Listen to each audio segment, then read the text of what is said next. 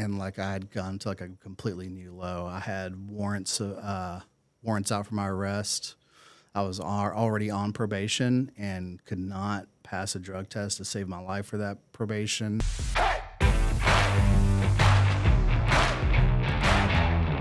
Hey, welcome to a new episode of Breaking Down Addiction, podcast brought to you by National Addiction Specialists.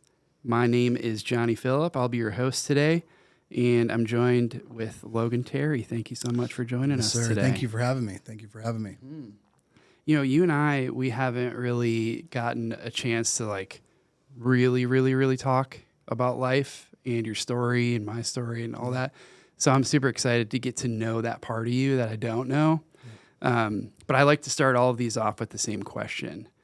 And that is, if you were sitting across yourself in active addiction, let's call it like in your deepest, darkest rock bottom, you're sitting across from yourself, what would you say to yourself in that situation? Well, because I've watched some of your podcasts, I was anticipating that question and have overthought that question. But so if I'm thinking about like the deepest and darkest portions of my addiction and where I was at, and like if like Logan was sitting across from Logan, I think my first initial thought on how to answer that was like, I don't think I would tell him anything, not a singular thing, and that's if like Logan knew that he was sitting across from Logan, it's because I wouldn't want to ruin anything for myself. Is it maybe too you wouldn't be able to get through to him anyways? No, I think I could probably, if Logan knew that he was sitting in front of Logan in the future, I mean, definitely I would have listened, or thought I was tripping. But like, I think I wouldn't want to like tell myself anything or give myself a heads up or like, hey, just know that love is possible, right? I mean, that's one thing I thought about. Maybe I'd tell myself, but like, I think the journey of finding out that love is possible and like what it took to get there, like I wouldn't want to ruin that. So I don't even think I would take the opportunity to sit in front of myself, because I wouldn't want to ruin the journey, if that makes sense. That's an interesting answer. And somebody, you're our 18th guest and nobody's answered it like that. So that's very interesting. I know exactly what you're feeling because when I was in active addiction, I didn't feel as if I was worthy of love. And I didn't see a long life for myself either. Same. Yeah. Yeah. Same. Yeah. I mean, I think, it's like if I had to like talk to myself, it would be that. It's like I would want to shake the guy and be like, hey man, like not only like, yes, you're worthy of love, but like it's real. And like that, the word hope isn't just like a word, like it's a feeling. And like, dude, you can have that, Yeah. I think it's a big thing it was for me, and I'm sure for other people that are like in the throes of it. So, well, you were born and raised in Tennessee. Where were you born?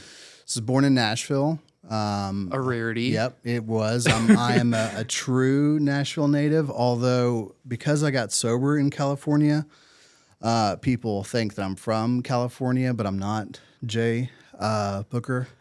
I'm actually from Tennessee. I grew up in White House, Tennessee, which is like 20, 30 minutes north of Nashville. So that's where I grew up. Where did your active addiction start there? It did. And what did that look like? What did you start using? What did it turn into? Kind of like run me through that a little bit. Yeah. So, I mean, it's definitely my addiction started where I grew up. I mean, my addiction and alcoholism started when I was like probably 12 or 13. I mean, obviously, I didn't start off as like a full-blown drug addict. It started, as most things do with... But that's early. It was early. Yeah. It was definitely early. And, as it started with me taking my first drink, after going to like a Renaissance festival as a kid. We came back from the Renaissance festival and we'd brought these back some yard glasses, which is just these tall, goofy-looking glasses that are as tall as a yardstick. And we filled up half of it up with Pinnacle vodka that we stole from my friend's mom's liquor cabinet, and then the other half was Diet Coke and vodka diet, vodka and Diet Coke, okay. And so like, I started chugging it, and I remember thinking, this is gross, but I can chug this. And I remember the realization, like, as I'm chugging it, that, oh my God, like I can chug this, and I thought I was cool because I could chug it. But then like whenever that sense of like warmth and comfort hit me as I'm like drinking this drink, I like, it was euphoric. And I remember immediately thinking like, I want more of this. And my friend had also set himself up with a drink. And I remember I stole his glass and I ran to the bathroom and like drank his and like immediately blacked out. And that's a hell of a way to start it at that age.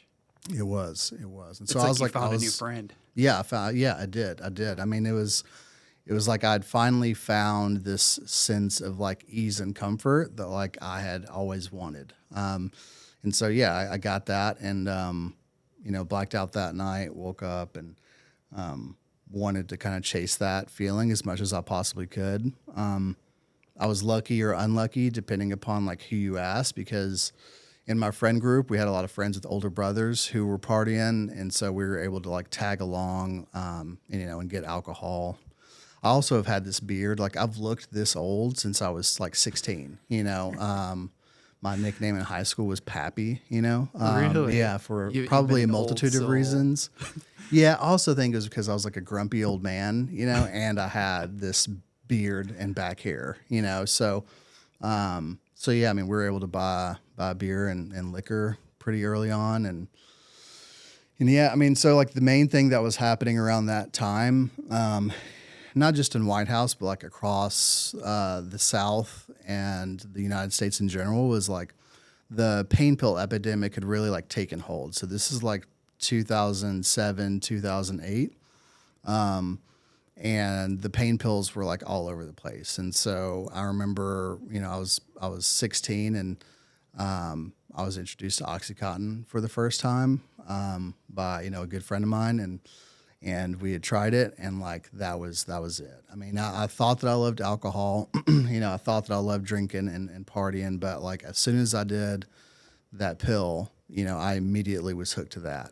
Back then, a lot of people didn't know the signs and symptoms of people on, that were intoxicated through pain pills. And so like, if you were nodding off, you could kind of get away with telling people that you were a little tired, but yeah, no. So like I fell in love with that. Were you mixing with alcohol then too? I was at mixing that with point? everything. Yeah. Oh yeah, of course. Definitely. I mean, my big things back in the earlier years was, OxyContin or any and all pain pills, and Jack Daniels. I've got a Jack Daniels tattoo that I thought was cool that I got when I was 18 years old. But I have a whiskey tattoo. there it is, dude. Also. There it is. Yeah, yeah, yeah. And so, I mean, it became kind of like partying in general. Kind of became my identity in some ways. Dude, I feel that to my core. Yeah. Yeah, like when I first started drinking, it morphed into me drinking more and more on the weekends, and then it would kind of bleed into the weekdays. And then when I got a fake ID and started going to the bars, I had a nickname where these girls would call me Drunk John. And I thought it was cool and funny. Yeah, yeah, yeah. Which I also think it's kind of embarrassing now. There are worse nicknames, though. There are worse. You're right. Like Pappy. Yeah, Just yeah, kidding. like I'm just like kidding. Pappy. Yeah, exactly, exactly. There's nothing too like sexy about the nickname Pappy. So you start drinking. You're like on pain pills, OxyContin. When does it start getting out of control? Like at what age? And are you starting to experience withdrawal symptoms? So, I mean, I think for me, it started to get out of control. So, right at like around graduation. I mean, depending on who you ask, I think like my family would say that it was out of control very early on. Like at 16, my mom found my cell phone and found where I was using and selling ecstasy and selling weed, terrible weed, bad weed, and she had my uncle come over and take the doors, the door off my room and Keep a better eye on you. Yeah. So some would say that like it was off the rails really early, which I believe it was, but like where things started to like get dark, I would say is probably around 21. After high school graduation, I got a job working and installing conveyor systems where I got to like move to Savannah, Georgia for a little bit of time and work there. I was maybe at that job for maybe a week or two whenever like one of the people on that job came up to me and asked if I liked Jack Daniel's honey and Lortabs, and I said yes, I definitely do. And so like I was drinking and using while I moved away. Realized that White House wasn't the problem, like Logan was the problem, you know. Interesting. Okay. And also learned that like drugs and alcohol are everywhere, you know, and I'll be able to find them everywhere. Were you drinking while working too? No, I was not at that time. I I was not drinking while working. While I was like at that job, I was just partying hard when the job was over. But where things really started to escalate is whenever I moved back, and you know, I had a little bit of money, and you know, I started working as like a residential electrician helper, and was making good money for a kid, you know, from White House at the time, and that's whenever like it started to become a daily thing. You know, I had started. This was like right on the cusp of whenever pharmacies had the internal system to like that talked with each other, that like, you know, a person was getting double prescribed. And so like I had convinced doctors that I needed, that I had anxiety and really bad ADD. And so I had a prescription of Xanax, had a prescription of Adderall, and then I was buying pain pills and alcohol every day. And so, you know, that's whenever things started to like really escalate, when I was about 20, 21. And then in March of 2014, I get a phone call that my best friend growing up, one of my best friends growing up, Keith, had passed away from a drug overdose. You know, and for me, that's whenever things started to go and get dark. You know, I like, you know, his death, it destroyed me. You know, I was already like really heading to like a bad place mentally and physically. So this scared you that you could be next.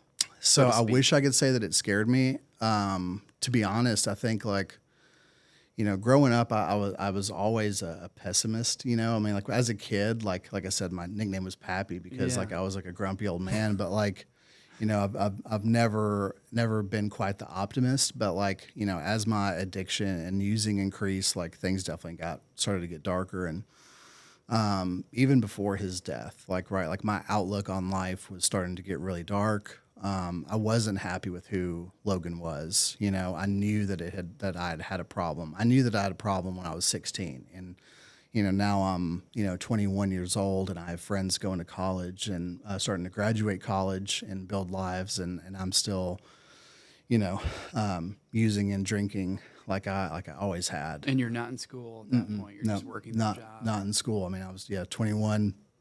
I'd went to like a technical school to learn how to become an electrical lineman. Learned that I was afraid of heights, so that was another fail in my life. You know, we also have that in common. Yeah. And so then I get the phone call that he had passed away, and like I was floored with grief, and I remember slamming my fist on the ground, crying and screaming at God, and I was pissed that he was the one that left the world and it wasn't me. You know, he was a person that was like full of passion and personality and loved people and things, and you know, and I felt like I was just the guy that was existing to get loaded. And it's a hell of a feeling for you to have the wrong person die. Yeah. To live with that. Yeah, 100%. Did it make you use more at that point? Yeah. So like that's whenever like I feel like I internally was like, okay, well I'm good with being the one that goes next, you know? And then I used his death as an excuse to like just start drinking and using to oblivion.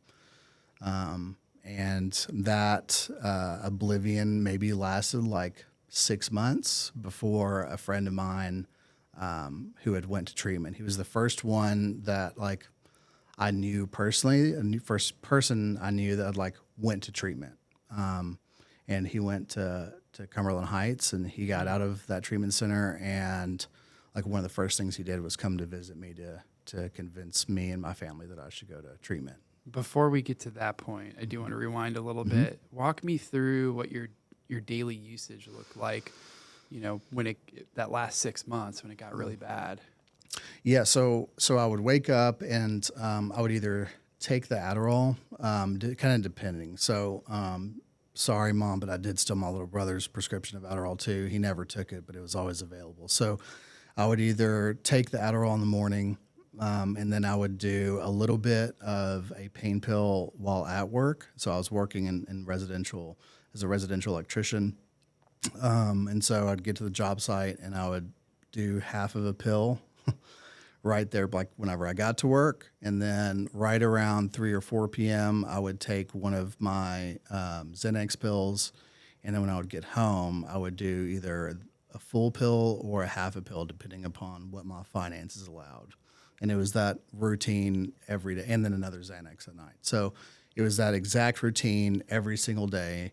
I started getting into the point where, like in the morning, I would wake up on my way to work, onto the job site, and like I would throw up while driving almost every morning. And I was like, this is a weird. I don't know why my body's, why I'm doing this every morning. But as soon as I threw up, I felt okay.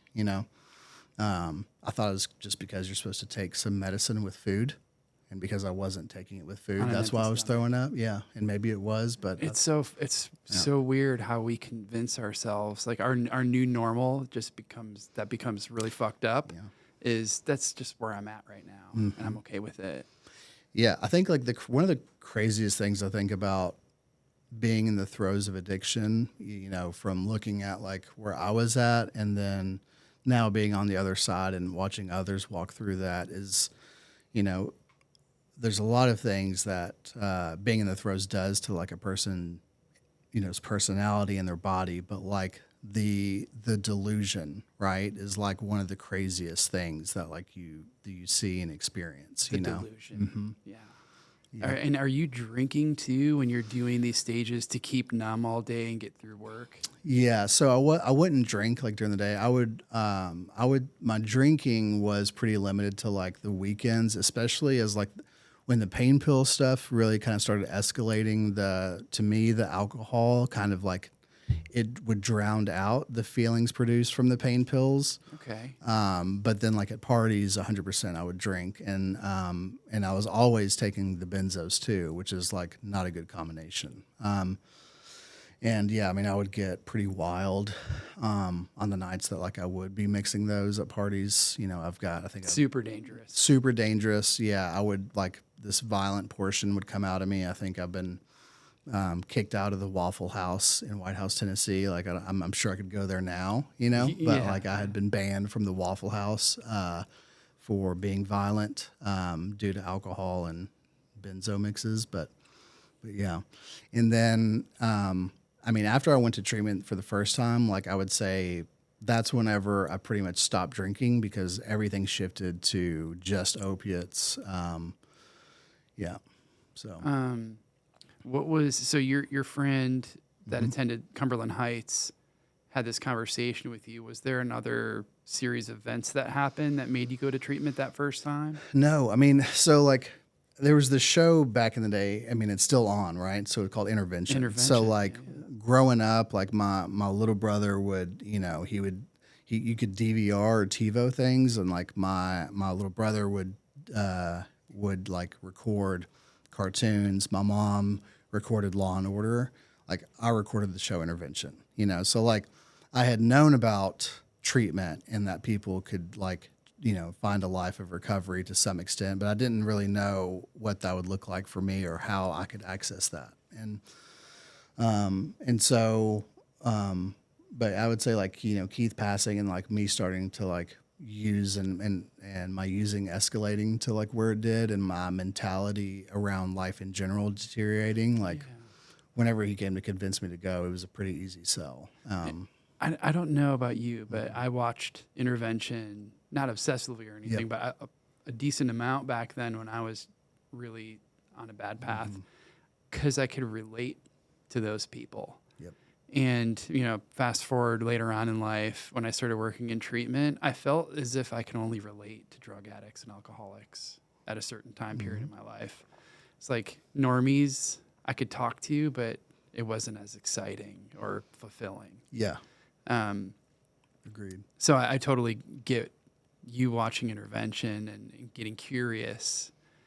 So you said you went to treatment the first time. How many times did you go to treatment, and what did all that look like? So I believe it was a total of 4 times. So Okay. So I went to treatment for the first time. That was 2014, and I loved my experience there. A couple of people came in and spoke on a H&I panel from Alcoholics Anonymous, and then for the listeners out there, H&I means hospitals and institutions. Yep, hospitals and institutions. To me, like H&I and hospital, it's like that is the most core AA thing ever. Like that's like going back to the basics of like what the principles are for. But yeah, I mean, these guys came in and then there were some staff that also like shared their experience and talked about and shared and read words out of this book, that I thought was kind of weird because I'm like, this is really kind of like preachy, which I was like not stoked for, but like the way that they talked with like passion and conviction about like their story, like I believed them. Like I knew they weren't trying to sell me on anything. And I knew for a fact that these guys were telling the truth about them having an experience and that their life changing in a revolutionary way. They saw the light. Yeah. And so like I walked out of that treatment center knowing and believing that there was a solution, but I wasn't willing to do all the things that were suggested. Did you also feel? I totally understand that. Did you also feel that you were maybe not able to get the solution? Like it was unattainable for you? No, I don't think I felt that way. I mean, I think I fell in love with recovery there the first time I did treatment. I went, they let us go to outside meetings and they were good meetings. Like I could tell that there was other young people getting sober. I also wanted the comeback story, and so no, I think I believed that it was attainable at that point. I thought that I could attain it. I thought I could attain it doing it the way that Logan wanted to do it, and I didn't have to take all the suggestions that do were it given. on your terms and not on life's terms. Yes, exactly. Yeah. Exactly. So Cumberland Heights, and then you did more further experimentation. Like what happened there? Because you were understanding and grasping recovery, and you wanted it. You wanted that comeback story. Like what happened there? Yeah. So basically, I started this cycle of going in and out of treatment. So like I would get out of treatment, I would start doing the things that were suggested, and then a girl would move back to Tennessee. Then recovery became my second priority, not my top priority. The girl, okay. Whoever she was at the time. And then so I would kind of slow down on going to my meetings. I would stop doing my recovery disciplines that got me to where I was, which was, prayer, step work, and meditation. And then pretty soon I would be at out and about, and I would find myself looking at a margarita at a Mexican restaurant, or some other alcoholic beverage, and then I'd be off to the races again. How were you spiritually at that point? Spiritually, I was indifferent. I would say up until this recovery, I would fit in the agnostic category. I just kind of remained there. I believed that other people were having an experience and that their lives were changing, but I couldn't put my finger on what that thing was. Neither could I. The first time I went to treatment, I actually asked the group of guys that I was in. I went to Hazelden in Center City, Minnesota, which for the listeners out there, Hazelden, Cumberland Heights in Tennessee was started from somebody in the family going there and thinking that Cumberland Heights needed to be started in Tennessee as a model of Hazelden for Tennessee. I thought I don't believe in God. I'm spiritually void at this point, agnostic. Yeah. I asked the group of guys I was with, I was like, if I don't believe in a higher power, like, am I going to be okay? Because it was an honest question, and they all said, yes, you will be okay. It'll come to you. Just be patient. And I was not patient at that point. So what's the second, third, and fourth time here? Yeah. So yeah, the first time. Just curious. Yeah, first time I stayed sober like 4 months, and then after the first time, I did some damage. It was like that I had gotten sober. I was dating somebody. I had won the hope back from like my mom and my dad and my friends, and then like I relapsed pretty hard. And was hiding it and lying, of course, back to the old thing. And so then second sobriety attempt is that I was caught, and it wasn't a choice. So my mom was like, I just spent so much money getting you into a nice treatment center. Now you're going to go to a state-funded place. And I talked to my friends, and they were like, oh, you're not going to be able to wear shoelaces. It's going to be awful. And so I started making phone calls, and I was extremely fortunate in that I was covered under my parents' insurance. And so I had options, and made a phone call to another program, and I was on an airplane the next day to Desert Hope in Las Vegas. Okay. And went to treatment there. And when I got there, like I wanted to be sober. I got caught. I didn't make the choice to go to treatment. Like I had to go, but like I still wanted to be that guy. And in the first attempt, like I had gotten glimpses of what that life could look like. I was introduced to some wonderful people that were living a life of recovery. And so like I wanted that. And so like I go to this treatment center. I had I was starting to have some consequences, right, for my drinking and using. Some real, I was losing relationships. I was losing opportunities, and I could really see the deep pain that I was causing, like all the people around me. Your family was fed up. They were hurt. And they were scared. They were scared, and didn't know what to do. And so like that time, I'm like, you know what, I think I'm going to start doing some of the other things that were suggested. I went to a sober living out in Las Vegas for a little bit. I did outpatient, and then I moved back. Well, after I got completed treatment, I went back, and I think I even did more outpatient after that back in Nashville. Okay. But I moved back home. I think it was like I think I moved in with my either my mom or my dad, I can't remember, but like I remember making the conscious choice to like not go to sober living. Like I'm too good for that. I'm not going to do that.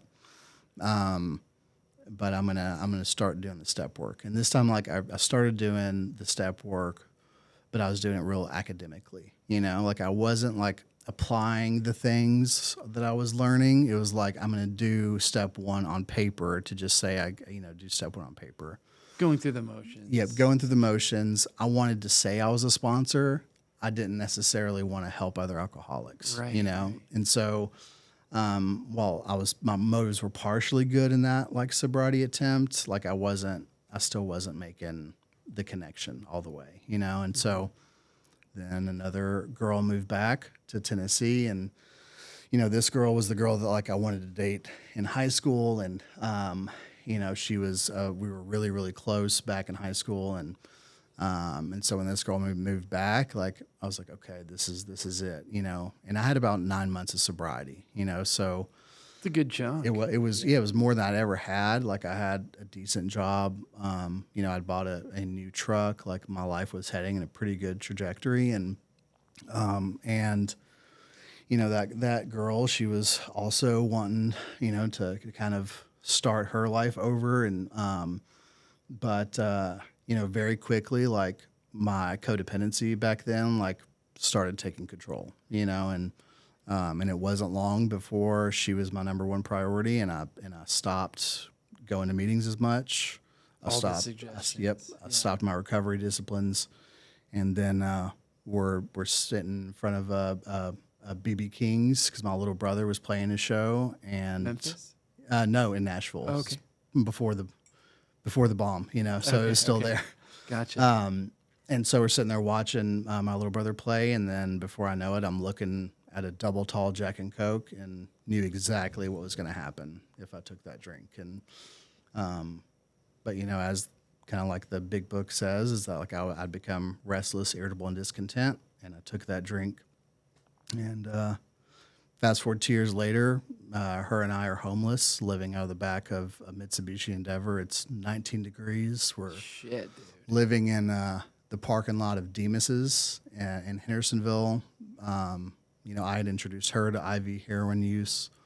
And like I had gone to like a completely new low. I had warrants out for my arrest. I was already on probation and could not pass a drug test to save my life for that probation. And things were bad. The cards were stacked against you. They were stacked tenfold. Mm-hmm.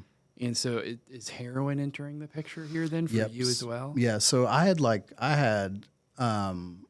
experimented with heroin, before that, but like I really loved the effects produced by pain pills. Like that was like my favorite thing. But in the course of those 2 years, it had like kind of switched over from, I couldn't afford. I was doing so many pain pills that I couldn't afford it. So like I made the next progression to heroin.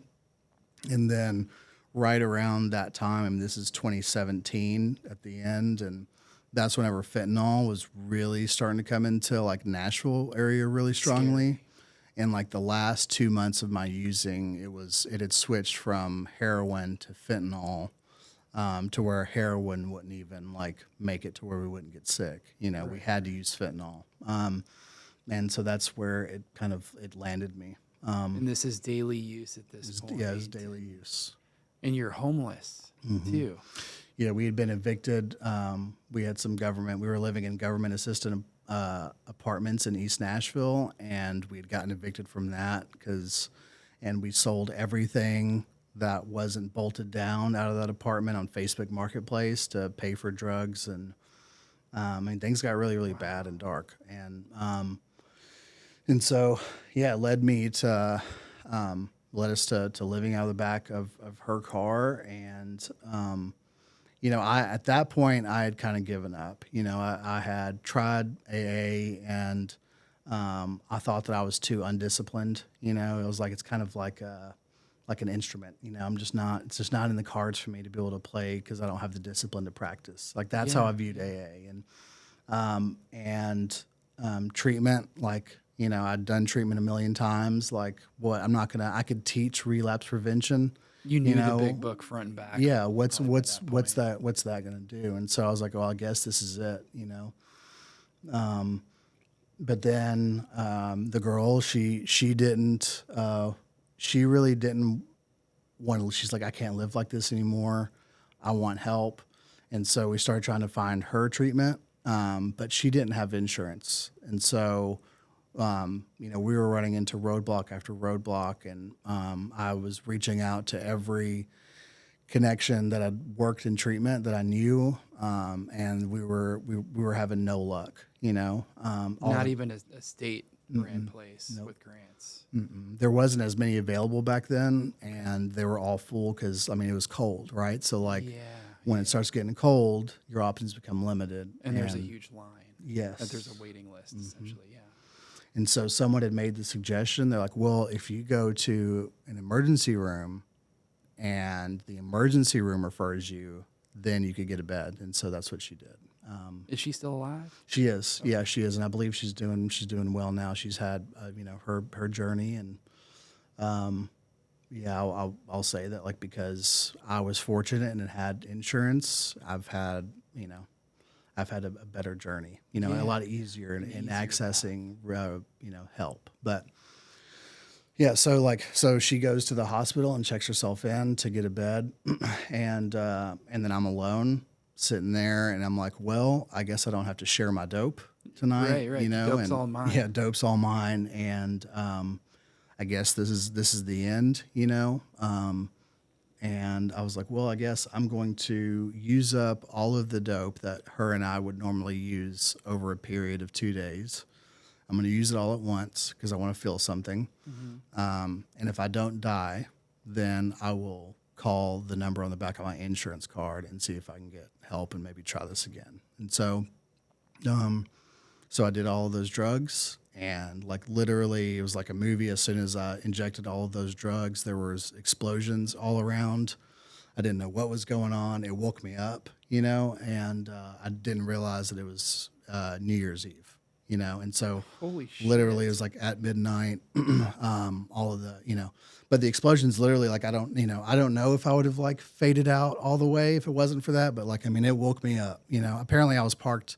There's this gas station in Millersville that is a gas station and fireworks store year round. And so like, I didn't really realize that it was New Year's Eve. And so You were that deep in. Oh yeah, I was all the way in, There could be something divine there with these 100%. fireworks not having you go all the way out. 100%. Yeah. So did you keep to your promise then? I did. That's what still baffles me like now, because like I know the headspace that I was in for like the months leading up to that, and so like I don't know why. Like I think maybe it was partially because of fear, because I'd used up all the dope and had no money. So like if I didn't go get help, I was heading for a really bad couple days at minimum. And so I made that phone call, and I got scheduled to go to treatment in 3 days. And so my mom let me crash on her couch because she knew I was going to treatment. And 3 days later, I'm on an airplane to California for treatment. And that was your last treatment stay. What was different that time, you think? Man, I think there was a lot. I think one big thing is that I think my level of like desperation was way higher. Yeah. I had really surrendered, I think, like at that point. Like I knew that any idea that I had about like what I should do, I shouldn't listen to at that point, and that I probably needed to like change my environment for a while. Like I knew being back in Nashville wasn't going to be good for me. And so, and this time, like I really needed to kind of take all of the suggestions that were given. And so for me, that was really kind of the big change mentally that I had going into it this time. Desperation can definitely be a gift. It can. And is there something that you experienced maybe that first 90 days that was different than the previous 3 times?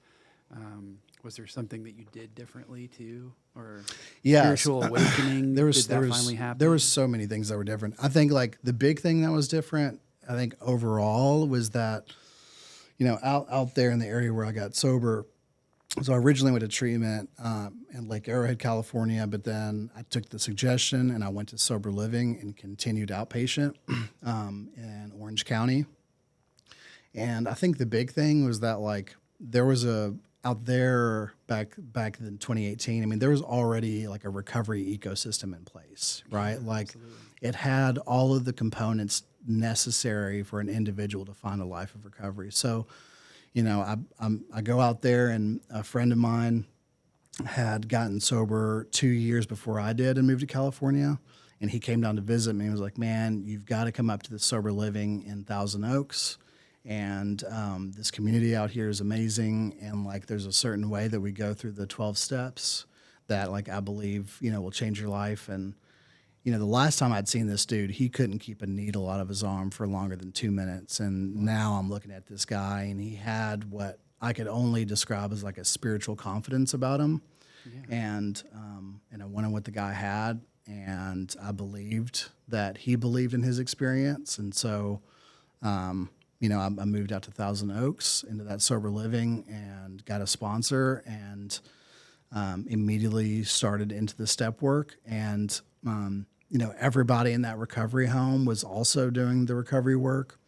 And I fell in love with my experience. I started having a different experience in the step work than I did before, because I was actually applying what I was learning. And like everything changed, from there. Beautiful. Yeah. And is your buddy still okay too? He is, yeah. Okay, He still lives out there, and he's doing great, and he's got a beautiful family, and yeah, it's pretty remarkable. The gifts of recovery. The man. gifts of recovery. Yeah. Thank you so much for sharing a lot of those points of the story, and I'm so glad you got out of it. Yeah, me too. Me too. I want to fast forward a little bit. You now have been working in treatment for a decent amount of time. Yeah. You're now the executive director for Hope in the Hills. It runs the Healing Appalachia Music Festival in Kentucky. What prepared you for that kind of leadership? I mean, really, it's a pretty big answer to that because like everything in my recovery journey kind of like led me to be able to be doing what I'm doing today. So like I fell in love with that recovery home that I was fortunate enough to get sober in. I knew immediately that like I wanted there to be something like that back in Tennessee one day. And so I took the opportunities to start working for that recovery home, became a house manager, did really good at that. Then they let me kind of take over the operations of all 3 of the homes, and including admissions. And those are big jobs. They were. And I mean, I felt like, that's all I wanted to do was work and focus on recovery housing. And so took over the admissions line, and like almost immediately I found out that like 90% of the people calling needing the longer term recovery care did not have the resources necessary to get it, and then, I watched the experience of like me not wanting to get help, but because I had the insurance and the resources, I was able to get placed into a system of care that provided me with a beautiful life, while my friend, she wanted to get help, didn't have the resources, and was still stuck in this cycle, right? And so, that happened. I was given a job, another job where I was working in data entry as well, and I was able to listen to music. And I'm listening to, YouTube one day, and then a song from Tyler Childers came on, and I was like, who is this? What is this music? And I fell in love with the music and felt like this connection immediately. It's like the hairs on my arm stood up, right? It's like, which at the end of the day, like that's connection, right? Yeah, and a physical manifest. And followed him on social media. And then that's where I saw him post about this thing called Healing Appalachia, which was a music festival where the funds raised from that festival go to recovery programs in Appalachia. And I'm like, so my new favorite artist like plays at this festival for recovery programs. I'm like, and then they're donating to the type of recovery programs, the long-term recovery support programs that I'm feeling pulled to help. Like it was the coolest thing in the world to me. And so everything locked in. It all locked in. Yeah. So that's 2019, 2020 or so. It inspired me. I was like, what is a nonprofit? Like I Googled what a nonprofit was. And then, while I was in California for 3.5 years, and while I'm in California for those 3.5 years, I had 13 more friends die from overdoses from Tennessee. And, it was a lot. And, I'm in this area of California where there's probably more people, young people, right, getting sober than almost anywhere in the U.S. I'm 15 minutes from Malibu. You throw a nickel, you'll hit 7 treatment centers, But I kind of became known as the guy to go to whenever someone would lose a friend to overdose. They're like, oh, well, you need to go talk to Logan because he's lost so many friends. And I'm like, this doesn't make sense. Like, how is it the guy from one of the smallest towns out here is the one that knows more people dying than almost everywhere else? And so, and how do you become a grief counselor at this point? Yeah, I was definitely not equipped for that. But like, I knew that Tennessee and the Appalachian region in general was having like a bigger problem. And so, in 2021, I moved back to Tennessee and knew that I wanted to open up a recovery home one day and wanted to start a nonprofit. And I didn't know how I was going to do that. But I knew that no matter what, I wanted to find a way to honor my friend Keith's memory, who had passed away back in 2014. I was just going to say, because you said the name Keith when we were outside with your nonprofit. So I kind of put 2 and 2 together. Yeah. Dude, that's fucking awesome. Yeah, it was pretty rad. And so I went to like I took my friend Keith's mom, her name's Lisa, I took her to a really high-end restaurant called Texas Roadhouse. And then we get to the restaurant and I start telling her about, this concept that I had of, honoring his memory. I wanted to find out what she would be comfortable with, what she would be okay with, if she'd be okay with anything. Yeah. And I brought up these nonprofits, I brought up Hope in the Hills and Healing Appalachia and another nonprofit called the Jeremy Castro Foundation. Both those organizations existed to raise funds for individuals without resources to access, care. And so that's the biggest piece. That is like wonderful. That's it. Appreciate you doing that work. And so that's what she wanted to do. And so I had like negative $914 in my account and like a credit score of like 614. And so we just figured, I Googled how to start a nonprofit and looked on YouTube and found out that I needed to have a board to do that. And so I asked some other friends from childhood if they wanted to be involved. They all agreed, and we just started, we just started doing it. And that's cool that you figured it out mostly on your own. Yeah. Yeah. Yeah, it was pretty cool and very fortunate. And so in doing that, I got connected with Tracy Levon with Healing Housing, who's probably the best nonprofit executive I've ever met in my life, and we became friends. And several months into that friendship, she goes, "Have you ever heard of Healing Appalachia? What you're doing is very similar without the music, And I was like, "Yeah, have I heard of it? Like, I'm a super fan." She's like, "Oh, well, I'm on the board," and so I was like, "Of course she is. How could this woman be any cooler?" A few months later, she gives me a phone call letting me know that Hope in the Hills was having a concert in Nashville in collaboration with Hello in There Foundation, which is the John Prine family's nonprofit. Awesome. And that they were going to be giving away 4 $10,000 checks to Middle Tennessee nonprofits, and that Tyler Childers and Jason Isbell were going to be performing at that concert. Amazing. And that Keith Dixon Foundation was going to get awarded. And so, holy shit. Yeah, so that was the coolest night of my life, right? So, Yeah. I go there, it was literally my dream. And Tracy had her staff come. And I had met this girl before, but very passing by. But one of her staff members, Morgan, came to that concert. Yeah, I wanted to get into Morgan. Yeah, and so that's how like I started like speaking with her. As I saw her there, I used that like concert as an excuse to start texting her because she had better seats than, even though I was getting a check, she had better seats than me. And so I was like, "Hey, let me get your number," because I'd love to have pictures of the people at the front of the stage. And so, and I told my friend Nick, I'm like, I'm gonna date her one day, And I told my friend Stan Bumgarner, I was like, that's my future wife, I'm gonna marry her, He's like, "Okay, Logan," And so that kind of started that. The issue was I was dating somebody else at the time. And so, as that other relationship, excuse me. No worries. Man.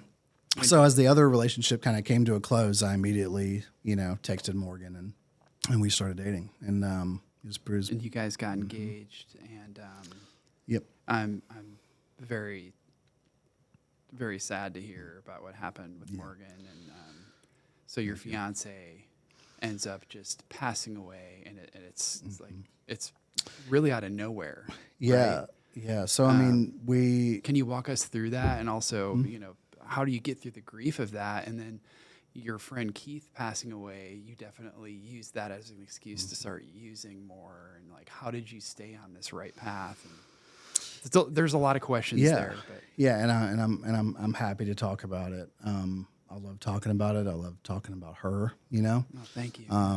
And yeah, I mean, so she, one of the things that made me attracted to her was like, so she worked in this field. She was the program director for Healing Housing, which the Healing Housing in general is a program I've admired because they literally have provided, like, it's one of the best programs in the state. I think it's the best program in the state. But, you know, I was attracted to her. She was beautiful.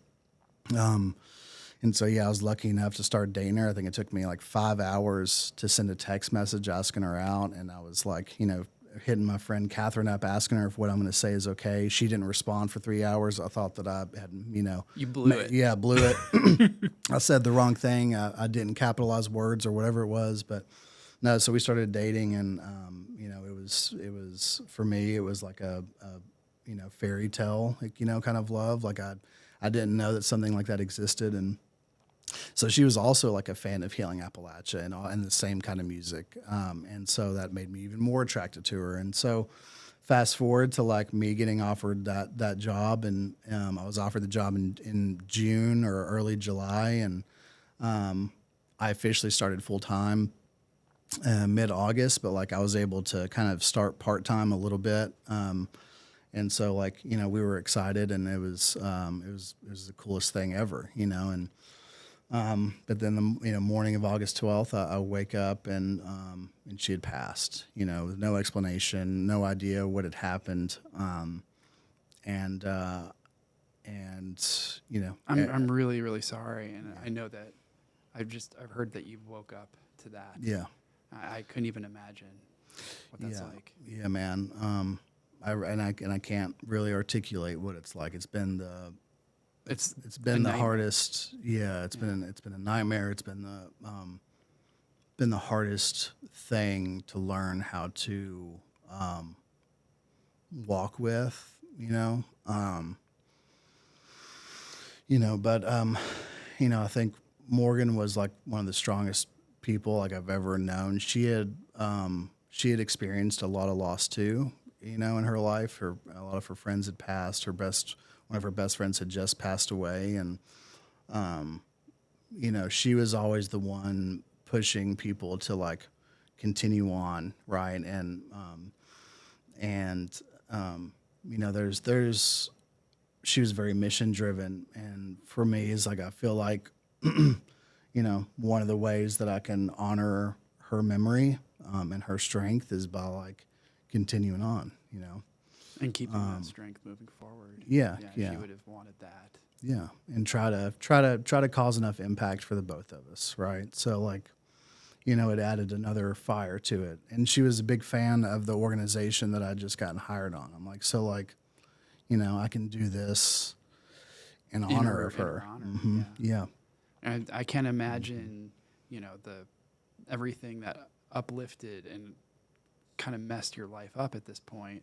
And then the recovery community and healing housing, like all of these people dealing with this loss. I mean, it was a pretty massive loss. And I think, how dramatic my portion of like the loss was with like, we were supposed to be married November 1st. This was like 70 days or so before our wedding. And you're figuring out your wedding and this happens. Yeah. I mean, people have our wedding invitations on their refrigerator. And so like, I do feel like some of like how dramatic my portion of the loss has, kind of like overshadowed some of the community at larges. Like, Healing Housing, who she was for the women of Healing Housing. I mean, she was the residence leader. She was some of the staff's leader. Her and Tracy worked together very, very closely every day. They were like best friends. Her mother and her dad, I mean, she had a wonderful relationship with her family. I mean, it was like one of the best stories of family, like reunification, and how Morgan and Morgan's mom and dad co-parented with Morgan's son James was like one of the most beautiful things I'd ever seen. And the loss for James, right? I mean, there's so much that was lost with her passing. And I was going to mention, like, how is James doing? I think he's walking through it. He's really young. Yeah, he's 13, and he's one of the sweetest, most intelligent humans I've ever met in my life. And, Do you guys still have a really good relationship? Yeah, I talk to him. Yeah, still talk to him and see him as much as I can. And he lives in College Grove with her parents, and I can't speak any higher of them. And but he's asked me, how are you doing? I'm like, what are you talking about? How am I doing? Yeah. But he's that kind of. He's a lot like his mother. Yeah, he's really strong, special, loving kid, and yeah. So I mean, it's been an incredibly difficult 6 months for myself and for a lot of people, and but I think all of us that know Morgan, we know that she wouldn't want us to be stuck in our grief, and there's a hell of a lot of people that need help, and that's what she did with her life, and so you're keeping to the mission, just like she would have. Yeah, so we just keep at it. So, and she's a big supporter of Healing Appalachia. She was. I'm just glad that you have this work and I mean, I guess all intents and purposes, like you can drown yourself in that. And still help people and be a part 100%. Of this community and not lose focus. So this is probably what's keeping you from ever going back at this point. Yeah, I mean, I think like the beautifulness of, like, I don't know if that's a word, but like the awesome opportunity that this job has given me has like been. It's one of the biggest shining lights in my life, and I'm so grateful that light got turned on in the darkest time. I think it's been like one of the only positive things that I could like head towards. But I think me being able to function is a direct result of like the outpouring of love that I received from my family and from the recovery community directly after her loss. I do have to congratulate you.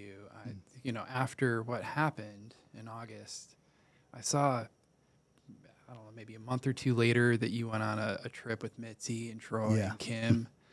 I mean, it's got to be so hard to move on with your life at that point. And I saw you go on that trip, and we don't know each other very well, but I looked at those photos, and I didn't see you broken. I saw you living your life, and it was really beautiful. Yeah. I'm really proud of you. Yeah, thank you. Thank you. And it was hard. I mean, I had to take photos for someone getting engaged, and my cousin's wedding was a couple days, it wasn't too long after we got back from that trip. But like, the biggest thing, I think, her loss and the experience of all of this has shown me several things, but like one thing was the importance of love in general and in many different forms. I feel so grateful that like I got to experience that type of love in my life. It was real. It was beautiful. It was amazing. A lot of people never get to have that. Yeah. That's a good way of looking at it. And then there's the form of love that I received during her, like when she passed, right? The love that I received from friends and family and from Hope in the Hill. I mean, from every love came at me in all directions. I never have to wonder or question, am I loved? How much am I loved? I know, and so is the importance of that, and so, I think all of it. And so like, whenever friends are experiencing joyous times like that's the most beautiful thing. Like there's so many things that we focus on in life that we deem more important, but like absolutely nothing is more important than love. And so like getting to watch Kim and Troy, get engaged was beautiful. Yeah, it was the raddest thing, So cool, man. And not to move on from this, because I want to talk about Morgan like the rest of the episode, because she seemed like she is just the best person ever. But just touching on Healing Appalachia, what makes that different from other music festivals? Because I know it is recovery based, but what would you say that makes that different than other music festivals? Oh man, I could talk about that all day. So I mean, I think the main thing is that so the proceeds from the festival, all of it above production costs goes to supporting the mission of providing more resources to recovery programs in Appalachia. I think we and use getting people those resources. 100%. Yeah. So the funds raised from that goes into our community grant fund where, organizations apply for different size grants. And so all the profits go to grants for recovery programs across Appalachia. And then it goes to our music therapy programs. We have a workforce development program for people in recovery where they get a certification and learn how to work as a stagehand and then get intros into different aspects of the live event industry. And then we launched our recovery housing scholarship fund as well. And so, and everything about the festival is ran from, in the cleanest way possible for the environment. And so, I think the biggest thing is that like those artists give their time. They don't, charge us to come play. Like they come to support the mission. And like at its core, it's humans helping humans, and it's Appalachians helping heal Appalachia. And so it's the coolest thing. What do you guys kind of have on the dock for the next one? If you can reveal anything. 100%. So depending on when's this going to be released? Probably in a couple months. In a couple months, yeah. So then we're having our 2026 Healing Appalachia Music Festival. It's going to be September 10th through the 12th, and maybe by the time this episode, the headliners will have been announced. But I'm not going to say that yet. But I mean, we have like some pretty awesome stuff. Last year we had Tyler Childers and Chris Stapleton among many other amazing artists. But this year we've got some amazing artists again coming to give their time for an amazing cause. And what we're hoping is that we can have a bigger impact than we did last year. And so we're excited. What impact do you want Healing Appalachia to have and your work in general? Yeah. So, I mean, I think, ideally, like in every way possible is that we want to provide funding to programs that are doing the good work, providing long-term recovery services to, people who need it the most. I think my personal mission is to get the organization to over $1 million a year in giving back to the community and through our grant programs and to find ways where we can grow and expand our impact. So you're doing amazing work with it. I would love to help at some point. In any way like I was saying earlier, be careful what you ask for, because I'll definitely be taking you up on that. So. It's a recovery-based music fest, helping other people that want recovery with amazing music. You're giving people this experience that gives back to individuals that are struggling, that don't have the resources. Mm-hmm. I don't know what could be better. Yeah, man. I mean, I feel like, and while this year has been the hardest and I've walked through one of the worst things a person can walk through, is that like, I feel like, at least from a work perspective, I'm the luckiest guy in the world. As I get to like work in this really cool intersection of music and recovery, right? That like is very rare, and, there's that popular TED Talk that says that, the opposite of addiction is connection, right? And I love that. But like, I personally don't know of a better tool for connection than music. I mean, it's like I was talking about earlier, whenever you hear a song that you feel connected to, you have the hairs on your arm stand up, like that's connection. And, and it's awesome to see and to be able to be involved with an organization that uses music as a tool for healing, in such a powerful way. And so, pretty awesome, man. Thank you for what all of you guys are doing with that music festival. Yeah. And I don't want this to wrap up, but I just have one more thing I want to ask, and I hope that we can come back at some point and talk about what the festival is doing and everything else that you have going on, because it sounds like you get involved in a lot of different work, whether it be recovery housing, nonprofit. And who knows where you'll be in another year. You might have another 3 projects added on top of that. Like you said, you have work boundaries, issues. Yeah. If somebody is stuck in this addiction loop and they can't get out of it, what would you say to them? Or the family member that's trying to help that person? I would say to them to just keep trying. I think that's one of the big things is that I see a lot of people give up and families give up, and I think that I would reiterate to them in the strongest and most loving way possible, that recovery isn't a 28-day process, and that it takes time and it takes patience and grace with yourself, and that's for the individual suffering and the family suffering, is that like recovery takes time, and so I think that's the biggest thing, and that there is help out there. There's a lot of amazing programs regardless of your resources, and you just got to keep trying. So especially in this area, a lot of resources now. Yes. And I always say that a family unit that's trying to help one person is not just that one person that has the issue. The family members also have issues that are maybe enabling them, whatever it may be. But it takes that whole unit doing work on themselves and work together. It does. Yeah, I think I completely agree. I think, the family unit suffers and goes through trauma and trying to love the person addicted and afflicted through it, and so I think it's got to be everyone's got to try to heal together. So. No, I agree, man. I couldn't appreciate you more for doing this. Yeah, man. Thank you so much for having me. Thanks for everything you awesome. shared. Yeah, man. I can't wait to see what the festival does this year. Yeah, I'm excited for you to come out. What you have in store. And for the listeners out there, please check out Logan Terry.